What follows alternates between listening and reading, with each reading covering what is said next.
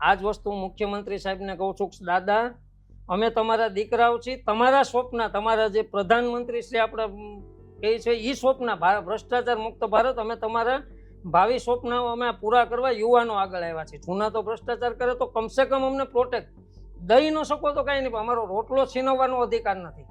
હવે આજે હું સિસોડા જેવો મજૂરીનો ધંધો કરું, સવારમાં પગ નથી મુકાતા, મારી સાથે મારા ધર્મપત્ની મદદમાં આવે છે, મારા બાળકો બાળ મજૂરી કરવા આવે છે. એટલે હર્ષ સંઘવી સાહેબને હું બ્રિજેશ ઝા સાહેબને વિનંતી કરું છું કે આ કેસની તટસ્થમાં તટસ્થ અને ન્યાયી તપાસ કરાવશો ને તો હું નિર્દોષ પુરાવા થાય. અને સવાલ એ આવશે કે ઘટના જ નથી બની તો એક્શન છે ને આ સ્થિતિનું નિર્માણ રેકોર્ડ સાથે હું બેન વાત કરું. બહુ સીધો પ્રશ્ન છે આપ જે કહો છો એમાં. ગ્રાહક ચોરી કરે છે એ તો બરોબર છે, અમારી વીજ લાઈન નીકળતી હોય પીજીવીસીએલ ની ગમે એ કંપનીની ત્યાંથી લંગી, પણ હું તો રોટલો પીજીવીસીએલ નો ખાઉં છું. પ્રજા છે એ પીજીવીસીએલ ના ગ્રાહક છે અને એની આવકમાંથી સંસ્થા હાલે છે, એટલે મારી માં સમાન સંસ્થા ગણાય. અને હું ગ્રાહક પાસેથી પૈસા લઈને હું ચોરીની વ્યવસ્થા કરતો છું. એ મારી માની આબરૂ લૂંટાતી હોય એમ આબરૂ લૂંટીને એની આબરૂને હું રોડ ઉપર મૂકું, આ ટ્રાન્સફોર્મર આપું અને તમે અહીંથી ચોરી કરો. આ પીજીવીસીએલમાં આ ઘટના છે એને અમે ઉજાગર કરી છે. ગ્રાહક તો ચોરી કરતા હોય છે એને પકડતા હોય છે, હું એનો રોટલો ખાઉં છું. મને કોઈક 3 લાખ રૂપિયા દે એટલે મારે ટ્રાન્સફોર્મર લાઈન ઊભી કરી દેવાની, સીલ મીટર આપી દેવાની. વખતો વખત અમારે એમડી સાહેબને મળવાનું થતું હોય એટલે એ નંબર મારામાં સેવ હતો અને 10 જાન્યુઆરી 22 મેં આ મોટું કૌભાંડ ચેટ સુધી આપેલું હતું. 17 તારીખે રાત્રે પ્રથમ વાર જ મારે ને એમડી સાહેબનો નંબર મારામાં આવ્યો, મેં કોઈ દી કર્યો નથી, એનો મારામાં ન આવે. 17 તારીખે રાત્રે 11:30 એ નંબરમાંથી ફોન આવ્યો એટલે મારો કોલ ઓટો રેકોર્ડમાં હતો. એટલે એ ફોન રિસીવ કરતા સીધી મને જે ધમકીને મેં હમણાં આપને એ સંભળાવ્યું, એટલે ઈ જે ફોન આવ્યો અને એમડી બોલુના ઉદ્ગાર સાથે મને કચ્છબચમાં બદલી કરવાની ધમકી આપી. એટલે મેં ઈ નેક્સ્ટ ડે 18 તારીખે એમડી સાહેબને મેલ કરીને જાણ કરી, કેમ કે અમારા અધિકારી હતા, એની સામે મારે સીધી ફરિયાદ કરી દેવી. અવાજ એમનો નહોતો બીજા કોઈનો, એટલે કોના દ્વારા દુરુપયોગ થયો એની જાણ કરીને મેં મુખ્યમંત્રી સુધી બેન આની રજૂઆત કરી છે કે અમે આ ફરિયાદ આપી છે, એના અનુસંધાને અમારે આવું થયું છે, તો અમે આપના લેવલે યોગ્ય કરવું. મુખ્યમંત્રી શ્રીએ એના તપાસના આદેશ આપ્યા છે અને મને કાગળ પણ મળ્યો કે આ જે એમડી નો દુરુપયોગ થયો તપાસ, પણ આજ દિન સુધી એ તપાસ થઈ નથી. અને બેન બહુ ગંભીર હું આપને વાત કરું ને તો અમે જે રજૂઆત કરી ને એ ગુજરાત રાજ્યના સર્વે સર્વા મુખ્યમંત્રી આપણા ભૂપેન્દ્ર દાદા કહેવાય એની સુધી મેં ફરિયાદ આપી હતી, પુરાવા સાથે આપી હતી. એની પછી ઉર્જા મંત્રી શ્રી બંને કક્ષા, કેબિનેટ રાજ્ય કક્ષા, એસીબી, જીયુએનએલ ને આપી હતી. અને આ બધાની વચ્ચે અમારા એમડી ઇન્ટરવ્યુ કે આમાં તથ્ય નથી, તો હું આજે મારી સામે બેસે હું આ કહું છું કે આ એનસી નીકળ્યું તો આની સામે શું ફરિયાદ થઈ, ક્યાંથી ટ્રાન્સફોર્મર ચોરાણું છે, ક્યાંથી આવ્યું, કોઈએ આપ્યું છે, ગયું ક્યાંથી બહાર આ બધું મટીરિયલ, કેમ એમાં કામ. એટલે કુંડળીમાં ગોળ ભાંગી નાખ્યો એના ઇન્ટરવ્યુમાં કહે છે કે ભાઈ એમાં તથ્ય કાંઈ નહોતું, અમે સંજ્ઞાન નથી લીધું. સંજ્ઞાન નથી લીધું એ ન લેવા માટે શું કર્યું, કેટલી મલાઈ ખાધી.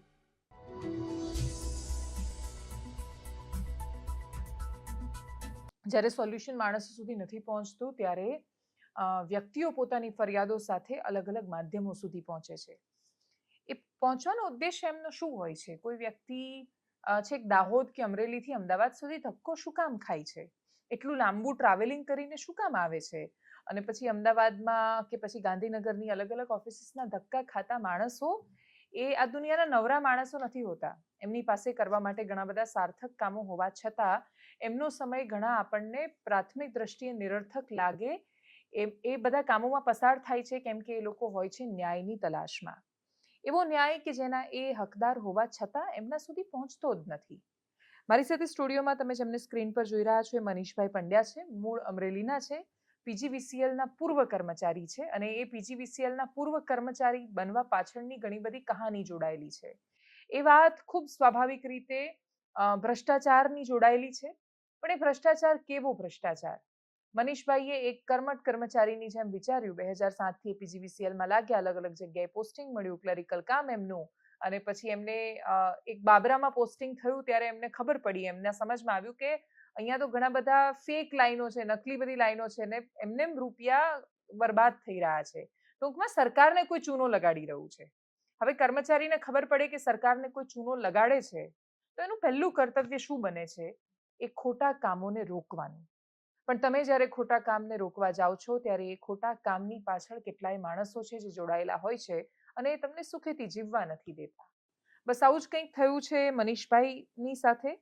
મનીષભાઈ, એટલે હવે તમે એકદમ ટૂંકમાં દર્શકોને સમજાવો કે તમે પીજીવીસીએલમાં હતા, એટલે આપણે બાબરા પોસ્ટિંગથી સીધી શરૂઆત કરીએ છીએ. બાબરામાં તમારી નોકરી શરૂ થઈ વીજ વિભાગમાં, તો તમને શું ખબર પડી? શું સમસ્યા હતી? શું કૌભાંડ લાગ્યું? બાબરા હું આવ્યો એટલે ફરજના ભાગરૂપે એક કનેક્શન મને નામ ટ્રાન્સફરના ઓલામાંથી મળતા એ કોઈ રેકોર્ડ ઉપર નહોતું અને પહેલા 4-5 વર્ષ પહેલા બોગસ ઊભું કર્યું હતું. 2 દિવસમાં રજીસ્ટ્રેશન કરાવીને રેગ્યુલર રમેશભાઈ રણછોડભાઈ ભાયાણી નામનું કનેક્શન હતું. તમામ રેકોર્ડ તપાસ કરતા નાયબ ઇજનેર સુધી સુપરત કર્યા, સાહેબ આ રેકોર્ડ જોવો, આ કનેક્શન ભૂત્યું છે. એની અમે રજૂઆત કરતા અમને આગળ ધ્યાનમાં આવ્યું તો પાવર ચોરી બિલ કૌભાંડ હતા, સાવ ભૂતિયા કનેક્શન કે જેનું રજીસ્ટ્રેશન ન થયું હોય, એનું ભાવપત્રક ન ભરાણું હોય, પીજીવીસીએલ નું જ માલ મટીરિયલ, એટલે કે આપણે 6.5 કરોડ જનતાના પૈસાના માલ મટીરિયલ થી એક ચોરીની વ્યવસ્થા ભ્રષ્ટાચાર આચરીને ત્યાંના અધિકારીઓ કરતા. પણ એ ભૂતિયા કનેક્શનમાં શું થાય? એટલે વીજળી મળે એમને? અરે બેન, કનેક્શન માગે તો દસ્તાવેજ ને ભાવપત્રક ભરે, પણ આ તો રોકડા પૈસા આપે એટલે પીજીવીસીએલ ના થાંભલાથી લાઈન જે રીતે તમને કાયદેસર મીટર વાળું કનેક્શન આપે એમ બધું જ પ્રક્રિયા ઊભી કરી દે, મીટર ન હોય અને ગ્રાહક ત્યાંથી ડાયરેક્ટ વાપરતો હોય, એ પીજીવીસીએલ ના મટીરિયલ થી ચોરી થતી. પછી પાવર ચોરી બિલ કૌભાંડ હોય તો પેલા 135 ના બિલો બનાવવા, ભ્રષ્ટાચાર થાય એટલે 126 કરી નાખવા. 135 126 શું હોય?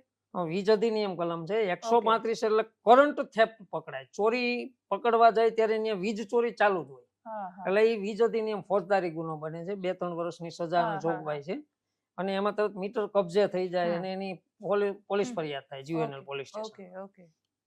એવા કનેક્શન પકડાય અને પછી અધિકારી સેટિંગ થાય એટલે એમાંથી એને 126 કરી દેવાય, એટલે કમ્પાઉન્ડિંગ ચાર્જ નીકળી જાય, એટલે સરકારને સીધી કમ્પાઉન્ડિંગ ચાર્જની નુકસાની એવી.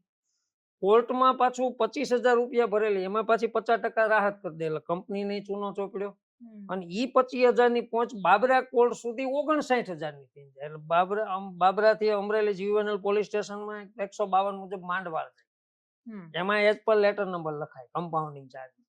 પોલીસ જીયુએનએલ પોલીસ અમરેલી પાછું એનું રેકોર્ડ બાબરામાં રજૂ કરે તો 25,000 નો પહોંચ નંબર લખે, રકમ નો લખે, રકમ નહીં પણ નંબર તારીખ દર્શાવીને આમાં આટલી રકમ અને કમ્પાઉન્ડિંગ ચાર્જ ભેગું કર્યું છે એમ કરીને ફરિયાદ વિડ્રો. અને કોર્ટ સુધીના રેકોર્ડ છે, મારી પાસે એની સર્ટિફાઈડ કોપી મેં બાબરા કોર્ટમાંથી કઢાવેલી છે અને એનું મેં પોલીસ સ્ટેશન જીયુએનએલ નાયબ પોલીસ અધિક્ષક સુધી એના પુરાવા રજૂ કર્યા છે કે સાહેબ 25,000 ની આજની તારીખે કોઈ જોહે તો એ 25,000 ની છે, ઓનલાઈન છે. બાબરા કોર્ટે પહોંચી ત્યારે એમાં કમ્પાઉન્ડિંગ ચાર્જ ને 51,427 સમથિંગ બિલ બધું એક પહોંચમાં છે એવું દર્શાવે, પણ એ એનર્જી ચાર્જ ની પહોંચ છે 25,000 ની રાહત વાળી. બેન 50% રાહત એટલે 48,000 નું બિલ મંજૂરી માટે સર્કલમાં ગયું હતું, એટલે એને 24,000 જમા આપવા દઈ, એની જગ્યાએ 51,427 ના 50%, એટલે સર્કલ ઓફિસે જે મંજૂરી આપી ને એનાથી વધુ જમા ગ્રાહકને આપવામાં આવ્યા. એમાંય હિસાબ કરવામાં કરો તો 50% 51,000 ને એમાંય 10 રૂપિયા વધારે જમા. આજે 1 રૂપિયા માટે નાના કર્મચારી જે ક્લાર્ક છે, હેલ્પર છે, ઉઘરાણી, તમે ઉનાળામાં પરિસ્થિતિમાં જોવો કે જ્યાં પાણી ગમે એટલું પેશાબ ન ઉતરે એ સમયે અમારો માણસ તડકામાં સહન કરીને સંસ્થાને ઊંચી લાવવા કરે છે, આવા હતા. પછી વીજ અધિનિયમ કલમ 135 માં કોઈ કેસ બુક થયો હોય તો પ્રથમ વાર હોય અને ગ્રાહક બિલ ભરી અને કમ્પાઉન્ડિંગ ચાર્જ ભરેથી ફરિયાદ વિડ્રોલ થાય, પણ એક જ ગ્રાહક 3 વાર પકડાણો હોય 3 ફરિયાદ કમ્પાઉન્ડિંગ લઈને વિડ્રોલ કરી લેવાની, 2 વખત પકડાણો હોય 2 વિડ્રોલ કરી લેવાની. ખરેખર સેકન્ડ ટાઈમ એનો ગુનો હાલે જ, વિડ્રોલ ન કરી શકાય, કોઈ સંજોગોમાં કાયદામાં જોગવાઈ નથી. આવું હતું. આ વીજચોરી કરતા નાના માણસો હતા કે શું હતું એમાં? એમાં તો બેન સામાન્ય ગ્રાહકો બધાય હોય અને આ લે ભાગો એના પૈસાથી. હવે એક મામૈયા દાના ઝાપડા છે તો એને બિનવારસી જગ્યા વાળી લીધી, એના નામે નો કનેક્શન ન મળે એટલે પૈસા આપે એટલે લાઈન લંબાવીને ત્યાં મીટર ને સીલ સહિત બધું મૂકી દીધું. આવું બહુ થાય છે. પછી મને 1.5 વર્ષે ધ્યાન ઉપર આવ્યું કઈ મીટર છે પણ બિલ નથી બનતું, એટલે મેં બેન ઓફિસ નો જ મૂકી કે ભાઈ અહીંયા આ નંબર નું મીટર છે, એટલા રીડિંગ આ બધું છે, તો આનું S3 ફોર્મ આપું બિલ ચાલુ. એટલે તાત્કાલિક નાયબ ઇજનેરે 40 રૂપિયા એની પાસે જૂના દસ્તાવેજ પીડ્યા છે, અને ઈ ગ્રાહકના ગામના દસ્તાવેજ, પાછો આ જગ્યાના નહીં.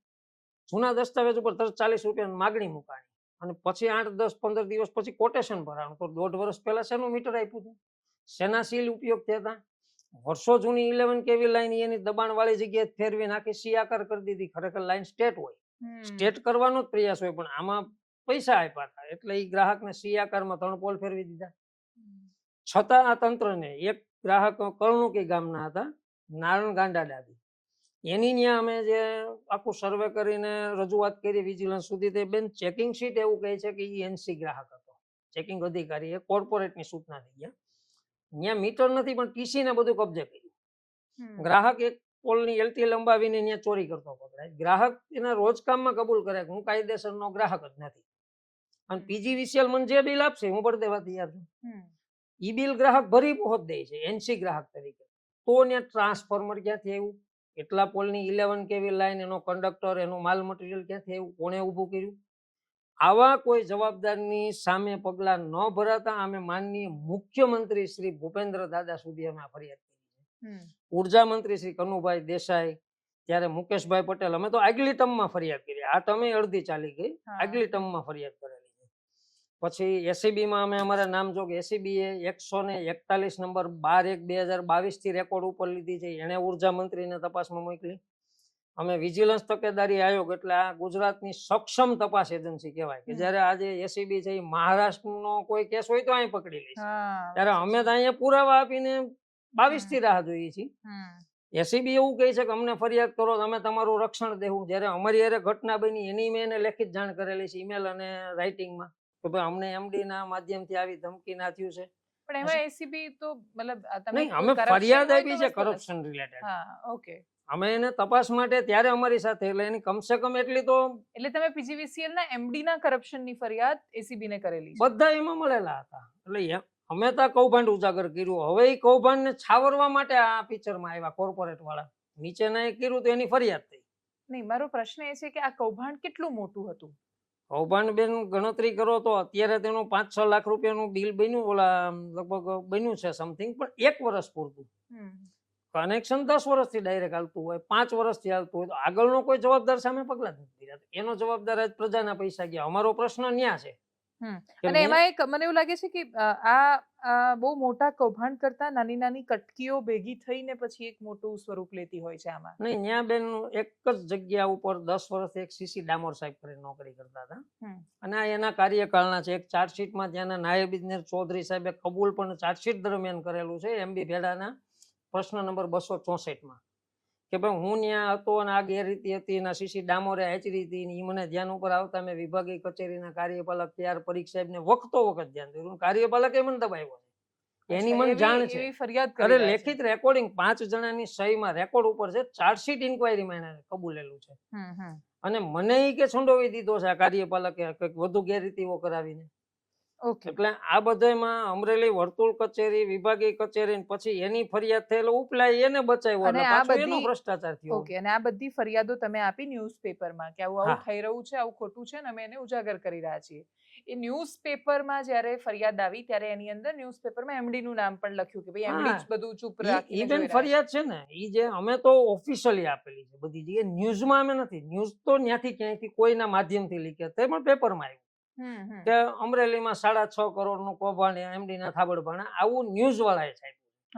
અમારામાં 6.5 કરોડનું કૌભાંડ એવું ક્યાંય અમારી ફરિયાદમાં લખેલું નથી. અમારામાં તો લાખો કરોડોનું કૌભાંડ છે. સાચી તપાસ કરો એટલે માલ મટીરિયલ, આટલા વર્ષોની ચોરી, એનું વ્યાજ, જે કઈ બધું ગણો એ બધું થઈને લાખો કરોડો રૂપિયા થાય. હા, એટલે અને એમ પણ આ છે ને વીજળીની જે ચોરી છે એ ઇવન ખાલી સૌરાષ્ટ્ર પ્રાંતમાં નહીં, બધી જગ્યાએ આ બહુ એક અલગ વિષય છે કે એમાં નાગરિકો પણ ચોરી કરે છે, કર્મચારીઓ પણ એ ચોરી કરવા દે છે, ઉપરના અધિકારીઓ એને છાવરે છે. એટલે આ બધાનું આમાં બહુ બધા લોકો ઇન્વોલ્વ હોય ત્યારે આ થાય છે. એક બહુ સીધો પ્રશ્ન છે આપ જે કહો છો એમાં. ગ્રાહક ચોરી કરે છે એ તો બરોબર છે, અમારી વીજ લાઈન નીકળતી હોય પીજીવીસીએલ ની ગમે એ કંપનીની ત્યાંથી લંગી, પણ હું તો રોટલો પીજીવીસીએલ નો ખાઉં છું. પ્રજા છે એ પીજીવીસીએલ ના ગ્રાહક છે અને એની આવકમાંથી સંસ્થા હાલે છે, એટલે મારી માં સમાન સંસ્થા ગણાય. અને હું ગ્રાહક પાસેથી પૈસા લઈને હું ચોરીની વ્યવસ્થા કરી દઉં છું. એ મારી માની આબરૂ લૂંટાતી હોય એમ આબરૂ લૂંટીને એની આબરૂને હું રોડ ઉપર મૂકું, આ ટ્રાન્સફોર્મર આપું અને તમે અહીંથી ચોરી કરો. આ PGVCL માં આ ઘટના છે ને એને અમે ઉજાગર કરી છે. ગ્રાહક તો ચોરી કરતા હોય છે એને પકડતા હોય છે. હું એનો રોટલો ખાઉં છું, મને કોઈક 3 લાખ રૂપિયા દે એટલે મારે ટ્રાન્સફોર્મર લાઈન ઉભી કરી દેવાની, સીલ મીટર આપી દેવાના. પાવર ચોરી બિલ નિયમોની વિરુદ્ધમાં આજે મોદી સાહેબને સત્તા નથી 135 થઈ હોય તો એને 6 કરવાની. ખોટી ફરિયાદ થઈ હોય તો હાઈકોર્ટમાં બેન અરજદારે રીટ કરવી પડે કે ભાઈ આવા કારણોસર અમારી યાર ખોટી, કોર્ટ એમ કે આ ફરિયાદ વિથડ્રોલ કરો, રદ તો થાય, અધરવાઇઝ કાં કમ્પાઉન્ડિંગ ચાર્જ ભરાય અને કાં કેસ હાલી જાય અને એ નિર્દોષ છૂટે અથવા એને સજા થાય. 135 માં એટલી જ જોગવાઈ. અને વિજિલન્સનો તપાસ અહેવાલે એવું સ્પષ્ટીકરણ કર્યું છે કે અમરેલીના અધિક્ષક ઇજનેરે આમાં નિયમ વિરુદ્ધ કાર્યવાહી કરી. હવે ઈ જ મીંદડીને પાછું દૂધ ભેળ્યું. કોર્પોરેટે અધિક્ષક ઇજનેરને કીધું કે અમે જવાબદાર, સામે પગલા ભરો. હવે એમાં એક તો નામ એનું હતું, એને કઈ કુંડળીમાં ગોળ ભાંગી નાખ્યો એટલે એને ઠેઠ સુધી CE સુધીનું પ્રમોશન આપી નિવૃત્ત કર્યા. તમે જે કહ્યું કે બિલાડીને દૂધના રખોપા સોંપ્યા. હા. પછી જે મુખ્ય ઘટનાક્રમ તમારી સાથે શરૂ થયો એ છે 17 જાન્યુઆરી 2022 તમને એક ફોન આવ્યો હા. જેમાં લખેલું હતું PGVCL MD. નહીં, મારામાં ઈ સેવ જ નંબર હતો બેન. અચ્છા, સેવ હતો હું નંબર. એક જનરલ સેક્રેટરી શ્રી વીજળી કર્મચારી મહામંડળ યુનિયનમાં છો એટલે. યુનિયનનો લીડર હતો. વખતો વખત અમારે MD સાહેબને મળવાનું થતું હોય એટલે ઈ નંબર મારામાં સેવ હતો. અને 10 જાન્યુઆરી 22 મેં આ મોટું કૌભાંડ ચેટ સુધી આપેલું હતું. 17 તારીખે રાત્રે પ્રથમ વાર જ મારે ને MD સાહેબનો નંબર મારામાં આવ્યો. મેં કોઈ દી કર્યો નથી, એનો મારામાં ન આવે. 17 તારીખે રાત્રે 11:30 એ નંબરમાંથી ફોન આવ્યો એટલે મારો કોલ ઓટો રેકોર્ડમાં હતો. એટલે ઈ ફોન રિસીવ કરતા સીધી મને જે ધમકી ને મેં હમણાં આપને ઈ સંભળાવ્યું. અમે સાંભળ્યું બહુ જ ગાળો છે એટલે મને નથી સંભળાવ્યું. હા, એટલે ઈ જે ફોન આવ્યો અને MD બોલુના ઉદ્ગાર સાથે મને કચ્છમાં બદલી કરવાની ધમકી આપી. એટલે મેં ઈ નેક્સ્ટ ડે 18 તારીખે MD સાહેબને મેલ કરીને જાણ કરી, કેમ કે અમારા અધિકારી હતા, એની સામે મારે સીધી ફરિયાદ કરી દેવી. અવાજ એમનો નહોતો, બીજા કોઈનો, એટલે કોના દ્વારા દુરુપયોગ થયો એની જાણ કરીને મેં મુખ્યમંત્રી સુધી બેન આની રજૂઆત કરી છે કે અમે આ ફરિયાદ આપી છે, એના અનુસંધાને અમારે આવું થયું છે, તો અમે આપના લેવલે યોગ્ય કરવું. મુખ્યમંત્રી શ્રી એના તપાસના આદેશ આપ્યા છે અને મને કાગળ પણ મળ્યો કે આ જે MD નો દુરુપયોગ થયો તપાસ, પણ આજ દિન સુધી ઈ તપાસ થઈ નથી. અને બેન બહુ ગંભીર હું આપને વાત કરું ને તો અમે જે રજૂઆત કરી ને એ ગુજરાત રાજ્યના સર્વે સર્વા મુખ્યમંત્રી આપણા ભૂપેન્દ્ર દાદા કહેવાય એની સુધી મેં ફરિયાદ આપી હતી, પુરાવા સાથે આપી હતી. એની પછી ઉર્જા મંત્રી શ્રી બંને કક્ષા, કેબિનેટ રાજ્ય કક્ષા, ACB GUNL ને આપી હતી. અને આ બધાની વચ્ચે અમારા MD ઇન્ટરવ્યુ કે આમાં તથ્ય નથી, તો હું આજે મારી સામે બેસે હું આ કહું છું કે આ NC નીકળ્યું તો આની સામે શું ફરિયાદ થઈ, ક્યાંથી ટ્રાન્સફોર્મર ચોરાણું છે, ક્યાંથી આવ્યું, કોઈએ આપ્યું છે, આ ગયું ક્યાંથી બહાર આ બધું મટીરિયલ. તો કેમ એમાં કામ, એટલે કુંડળીમાં ગોળ ભાંગી નાખ્યો એના ઇન્ટરવ્યુમાં કહે છે કે ભાઈ એમાં તથ્ય કાંઈ નહોતું, અમે સંજ્ઞાન નથી લીધું. સંજ્ઞાન નથી લીધું એ ન લેવા માટે શું કર્યું, કેટલી મલાઈ ખાધી, આ સીધો પ્રશ્ન છે.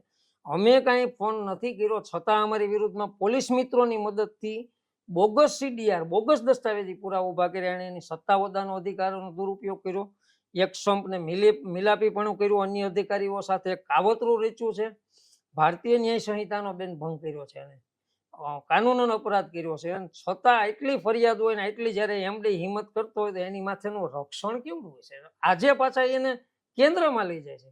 મેં ભૂપેન્દ્ર દાદાને જ્યારે ફરિયાદ આપી એ સમયે અંકુશ ઉપર લેવામાં આવ્યું હોત અને એની ઉપર જો કાર્યવાહી થઈ હોત આ ઘટનામાં, તો બેન બનાસકાંઠામાં જે હમણાં આ જે સત્ય ડે ન્યૂઝે આક્ષેપ કર્યો છે, આપણે વાંચ્યું છે પેપરમાં, 200 કરોડનો કૌભાંડ અને એને પુરાવા સાથે આપ્યું છે કે આની ફરિયાદ થઈ છે, તો હું માનું કે કદાચ ઈ 200 કરોડની સરકારને ભોગ ન બનવું પડે, અહીંથી જ રિકવર થઈ જાય.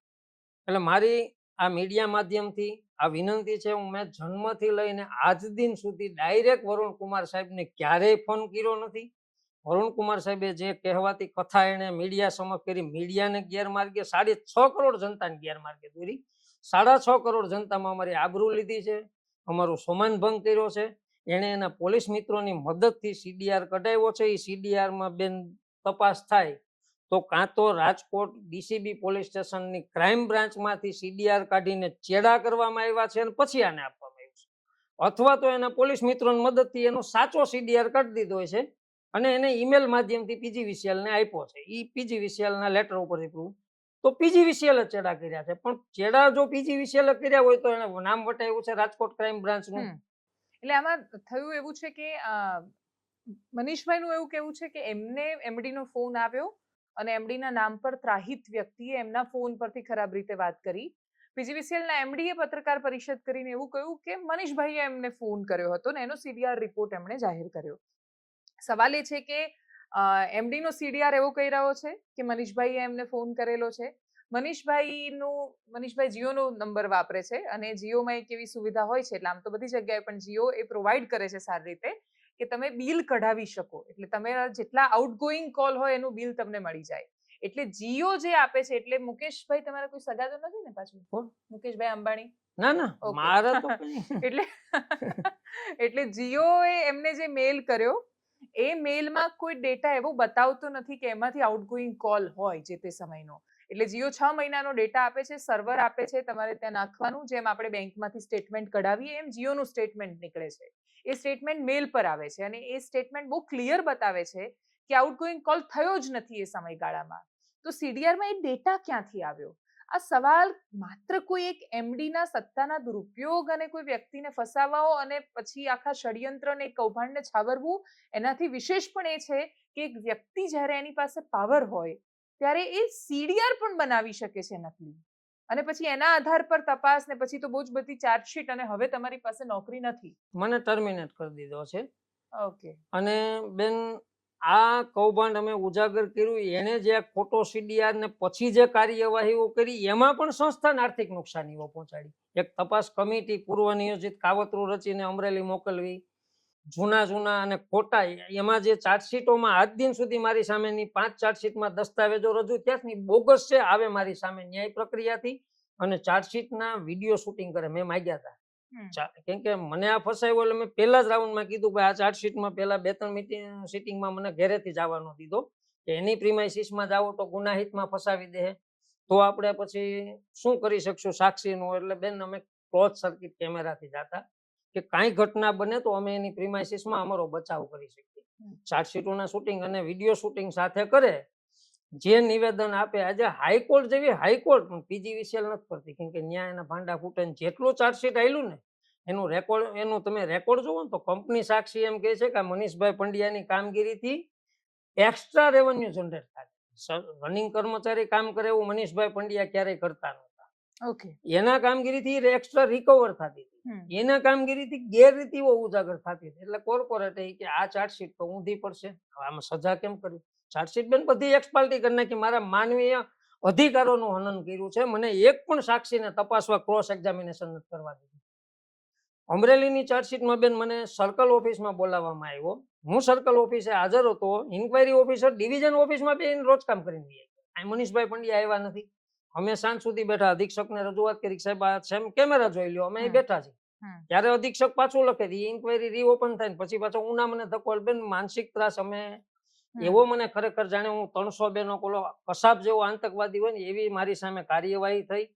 મને 2 દિવસ નખત્રાણા ઇન્ક્વાયરી બોલાવે, 2 દિવસ રાજકોટ, ત્યાંથી સીધું મારે અહીંયા આવવાનું. રાજકોટની એક ઇન્ક્વાયરી 2 દિવસ, બીજી ઇન્ક્વાયરી 2 દી, પછી એની વાહ અમરેલીની, અમરેલીથી પછી નખત્રાણાની એક ઇન્ક્વાયરીના 3 કાગળ સ્પીડ પોસ્ટ થી આવે, રજીસ્ટર એડી થી આવે. અમરેલી સર્કલ ને રૂબરૂ રાતે 7:30 8 વાગે ગમે બજાવવા. અમારા પરિવાર બેન આપઘાત કરી લેવા દુષ્પ્રેરણા થાય ને એવું પૂરતો પ્રયાસ આ લોકોએ કર્યો. પણ મહાદેવની જે શક્તિ, 6.5 કરોડ જનતા માટે હું લડ્યો છું. 6.5 કરોડ જનતાની શક્તિ આજે પ્રદાન થઈ છે કે અમે એ પગલું નથી ભર્યું. એક સમયે જયારે ટર્મિનેટ ત્યારે મને ઘણું બધું એમ થયું કે પરિવારનું, કેમ કે મારી યુવાનીની ઉંમર તો વહી ગઈ છે. આજે મારી 47 વર્ષની ઉંમર છે. હવે વૃદ્ધાવસ્થા, હવે મારી ક્ષમતા ડાઉન થઈ. હવે આજે હું સિસોડા જેવો મજૂરીનો ધંધો કરું, સવારમાં પગ નથી મુકાતા. મારી સાથે મારા ધર્મપત્ની મદદમાં આવે છે, મારા બાળકો બાળ મજૂરી કરવા આવે છે. અને આ સરકારને જ્યારે દીધું કોઈના પેટમાં પાણી હલતું નથી. પણ અમે ભ્રષ્ટાચાર મુક્ત શાસન, સુશાસન. હમણાં હર્ષંઘવી સાહેબ, ગૃહમંત્રી સાહેબે ઇન્ટરવ્યુ આપીને એમ કીધું કે અમે તો ઓલા રેપ કાંડ વાળાને આટલા દીમાં સજા, આમ તાત્કાલિક સજા, અહીંયાથી બહારના રાજ્યોમાં ઘટના બને સજા. તો હું તો હર્ષંઘવી સાહેબને વિનંતી કરું છું કે મારી જે આ નોકરી ગઈ છે, મારું સસ્પેન્શન, એનું મુખ્ય કારણ Rajkot crime branch DCB police સ્ટેશનનો એક સીડીઆર બન્યો છે. સીડીઆર ડીસીબી પોલીસ સ્ટેશને ચેડા કરીને આપ્યો કે સાચો આપ્યા પછી પીજીવીસીએલે કર્યો? પીજીવીસીએલે કર્યો હોય ને તો એને પોલીસનું નામ બતાવ્યું છે, રેકોર્ડ ઉપર છે, એના મીડિયા ઇન્ટરવ્યુમાં છે. એટલે હર્ષ સંઘવી સાહેબને હું બ્રિજેશ ઝા સાહેબને વિનંતી કરું છું કે આ કેસની તટસ્થમાં તટસ્થ અને ન્યાયી તપાસ કરાવશો ને તો હું નિર્દોષ પુરાવા થાય. અને સવાલ એ આવશે કે ઘટના જ નથી બની તો એક્શન છે ને આ સ્થિતિનું નિર્માણ રેકોર્ડ સાથે હું બેન વાત કરું. આ જ વસ્તુ મુખ્યમંત્રી સાહેબને કહું છું કે દાદા અમે તમારા દીકરાઓ છીએ, તમારા સ્વપ્ન, તમારા જે પ્રધાનમંત્રી શ્રી આપણે કહે છે એ સ્વપ્ન ભ્રષ્ટાચાર મુક્ત ભારત, અમે તમારા ભાવિ સ્વપ્નો અમે પૂરા કરવા યુવાનો આગળ આવ્યા છે. જૂના તો ભ્રષ્ટાચાર કરે તો કમસે કમ અમને પ્રોટેક્ટ દઈ ન શકો તો કઈ નહીં, પણ અમારો રોટલો છીનવવાનો અધિકાર નથી. ન્યાયી તપાસ કરાવી, કેમ કે અમે સર્વે સર્વા તરીકે પ્રથમ નામ તમારું છે એટલે આની ન્યાયી તપાસ કરાવવાની જવાબદારી માનનીય ભૂપેન્દ્ર દાદાની છે, મુખ્યમંત્રી શ્રીની છે. એ હું આ મીડિયા માધ્યમથી અને હું આ મારું નિવેદન લોકશાહીના ચોથા સ્તંભ સમક્ષ આજે તક મળી છે, હું મારું નિવેદન જાહેર કરું છું. અને આ બાબતના તમામ પુરાવા સાથે હું જ્યારે કહેશે ત્યારે હું આવવા તૈયાર છું. જે કાર્યવાહી થાય એનું વિડીયો શૂટિંગ થાય આવી મારી વિનંતી છે, જેથી એનો બોલતો પુરાવો આજે હું જે બોલ્યો છું રેકોર્ડ થયું છે, હું આમાં નહીં ફરી શકું. વરુણ કુમાર બોલ્યા છે એનો વિડીયો મેં આજની તારીખે સોશિયલ મીડિયામાં ફરે છે, ફરી નહીં શકે. એનું મેમોરેન્ડમ છે, નહીં ફરી શકે. ચાર્જશીટ આપી નહીં ફરી શકે. સામે પક્ષે મારું એક જ ડિટેલ બિલ એમ કહે છે કે આ બધું ખોટું છે. મારા મોબાઈલમાં આવેલો ફોન અને એનું વિડીયો રેકોર્ડિંગ મેં પ્રીતિબેન શર્માને એને આપેલું છે. હા, અત્યારના એમડી છે, એને આપેલું છે. મારી નિર્દોષતા પૂરવા હવે શું પ્રશ્ન છે? આઈએસ ના દબાણમાં છે કે આઈએસ લોબીને સાચવવા? કેમ કે પાછો મને પુનઃ સ્થાપિત કરવો વાસ્તવિક થૂકેલું ચાટવા જેવી વાત છે. આવું ખોટું હંબકે આંકી નાખ્યું છે. જે માણસ તમે અત્યારે શું કામ કરો છો અત્યારે તમે હાલ? હું સિસોડાનો ધંધો, રસનો સિસોડો આંકું છું ને દાબેલી વડાપાવની અત્યારે સિઝન નથી. 4 મહિનાથી દુકાન મારી 3.5 મહિનાથી બંધ છે. હવે દિવાળી પછી ધંધો ચાલુ. એટલે રસનો, આપણે શેરડીનો રસ. હા, એ મશીન આ આંગળા આવે. આજે આ બધી પરિસ્થિતિ અમારા બાળકો જે સરકાર એમ કે સશક્તિકરણ બનાવવાનું, ઓલા આજે બાળકોને મજૂરી કરવા હું એમ કહું દાદાના આશીર્વાદ કદાચ પ્રાપ્ત થયા એટલે અમારા બાળકો આવે છે. મારી દીકરી હોત આવે છે, કેમ કે ટ્રાફિકમાં કોઈ માણસ મળતું નથી. મશીન સામે મોટું છે, છોટા આંબા એકલા હાથના જોખમ. એટલે મારા 67-68 વર્ષના મારા પિતાશ્રી આવે છે, મારા માતુશ્રી આવે છે. અને આ પોઝિશનથી અમે પરિવારનું ગુજરાન સિઝનેબલ ધંધો છે.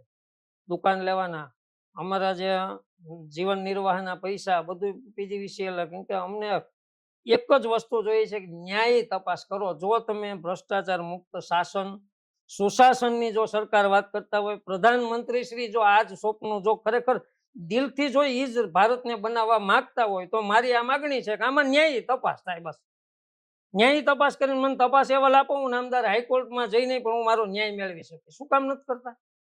શું કામ ભાઈ તમે તમારું ડિટેલ બિલ જાહેર નથી કરતા? ડિટેલ બિલ આવે છે, સરકારનો ફોન છે, સંસ્થાનો ફોન છે, એમાં 6.5 કરોડ જનતા એનું બિલ ભરે છે. તો ડીવીડીમાં અમારા તમામ કર્મચારીના ફોન ત્યાં આવે જ છે, ડિટેલ બિલ. એને જે આ 78/7 666-55 17 તારીખનું જે સમાવેશ થતું હોય બિલ રજૂ કરો. મને તો બેન પુરાવા નથી આપવા, મીડિયાને આપે છે. મને નથી આપ્યા. મારો અધિકાર છે કે એને આધારે મારી સજા, પણ મને દેતા શું મેનેજમેન્ટ? દાદા સ્વતંત્ર સેનાની હતા? હા, મારા દાદા સ્વાતંત્ર્ય સેનાની હતા, ગિરજાશંકર ડાયલાલ પંડ્યા. મૂળ અમારું તરોડા ગામ. અને અમે એના જ એ અંગ્રેજોમાંથી દેશને આઝાદ કરાવવા અમારા દાદા લડ્યા. 2 વર્ષની મેડમ જેલ સજા ભોગવેલી છે અમારા માળી હમણાં દેવથી. અને એના જ આદર્શ વિચારો ફરી પાછા આ ભ્રષ્ટાચારી અંગ્રેજો આવ્યા છે ને આનીથી પાછો દેશને આઝાદ કરવા પ્રધાનમંત્રી શ્રી બોલે છે. અમને એમ કે એ બચાવશે અમને. બોલે છે તો એ સાચું જ બોલે છે. આપણા દાદા બોલે છે એ સાચું બોલે છે. બુલડોઝર અમે એના એક વિશ્વાસ ઉપર નામ જો અમે કોઈ નનામી તો આપ્યું નથી, નામ સાથે આપી અમારા સ્વ ખર્ચે સ્વ જોખમ. કમસે કમ અમને એક ફૂલડાથી બિરદાવ્યા હોત ને, આજે આ ચોરી તમે પકડાવજો, તમારું નામ લખજો, તમારું આધાર કાર્ડ નંબર લખજો, 1 લાખનું બિલ બનશે ને તો 10,000 રૂપિયા કંપની તમને આપશે. ચોરી પકડવા માટે અમારી કંપની આ મહેનત કરે છે. જાહેર જનતા પાસેથી માગે છે 10% ઇન્સેન્ટિવ આપે છે. ત્યારે અમે તો એની રોટલો ખાધો તો અમારી માની આબરૂ લૂંટાતી હોય એમાં સંસ્થાની આબરૂ લૂંટાતા હતા ભ્રષ્ટાચારીને પાપે. તો અમે અમારા કર્તવ્યથી અમે જે બન્યા ભ્રષ્ટાચારીના ભોગ બન્યા છીએ. બાકી ખરેખર આજ જો આપનું આજે આ પર્સનલ છે અને હું અહીં જોબ કરતો હોય ને આમાં કોઈ ખોટું કરતો હોય ને હું આપનું ધ્યાન દોરું તો આપ મને એપ્રિશિએટ કરો, ઓલાને દંડો. પણ આ તો સરકારી તંત્ર અહીંયા કોઈ સંસ્થાને કે સરકારના રૂપિયાને પોતાના રૂપિયા માનતું નથી જ માનતા. નથી. બસ સાંજ સુધી આવવું અને સાંજ સુધીમાં કેટલા પૈસા ઘર ભેગા થાય ખોટા કરપ્શનના. હમ. અને પીજીવીસીએલ તો બેન અમારા કટારા સાહેબ છે, એનું તો બહુ મોટું શાસન છે અને ઘણા વર્ષોથી ઘણા એમડી બદલાઈ ગયા, પણ ઈ ગમે એવો કાંડ કરે એની ઉપર એક્શન ન આવે. ઈ વિજિલન્સ એક અમારે પીએન આજકિયા હતા, એની માથે 3 ચાર્જશીટ હતી. એને અહીંથી અહેવાલ કર્યો કે આની માથે કોઈ એક્શન પેન્ડિંગ નથી, જીયુએનએલ કર્યું. ઉર્જા મંત્રાલય તપાસના આદેશ. હમણાં એક અમારે અરજદારે આરટીઆઈ કરી કે આ ગુજરાત મિરરે આ અહેવાલ પ્રસિદ્ધ કર્યો છે, તો અહેવાલ જો સાચો હોય તો જવાબદાર સામે શું પગલાં ભર્યા, અને અહેવાલ ખોટો હોય તો આ મીડિયા સામે શું તમે વર્ક આ કોમ્પેન્સેશન કર્યું, આવી કોઈ કાર્યવાહી ઉપલબ્ધ નથી. એટલે કરી જ નથી કાકા, એમ કહી દે ને ચોખ્ખું. ઉર્જા મંત્રાલય જો તપાસના આદેશ આપતો એની ગુજરાત મિરલનો જ અહેવાલ છે, એમને તો આપ્યો નહીં હોય. આજે હું આપની સામે આ નિવેદન આપું છું, આ થેલો ભરીને પુરાવા લઈને બેઠો. અમારું કોઈને સાંભળવું જ નથી એટલે આજે મીડિયા સમક્ષ આવ્યા. અમે આ 6.5 કરોડ સુધી અમારો અવાજ પહોંચાડી છે કે અમે હર કોઈ માટે લડ્યા છીએ. કદાચ આગળ જતા અમારે આંદોલન કરવું પડે તો અમને આંદોલનમાં સહકાર આપજો. અમે 6.5 કરોડ જનતાને અમારો અવાજ પહોંચાડીએ છીએ. અને મેં મેડમને આ 20/6 અરજીમાં લખીને આપ્યું છે કે અમારા કેસમાં ન્યાય કાર્યવાહી નહીં થાય, તમે આપના મુખ્ય પ્રવેશ દ્વાર પાસે પરિવાર સાથે આંદોલન કરવું પડશે.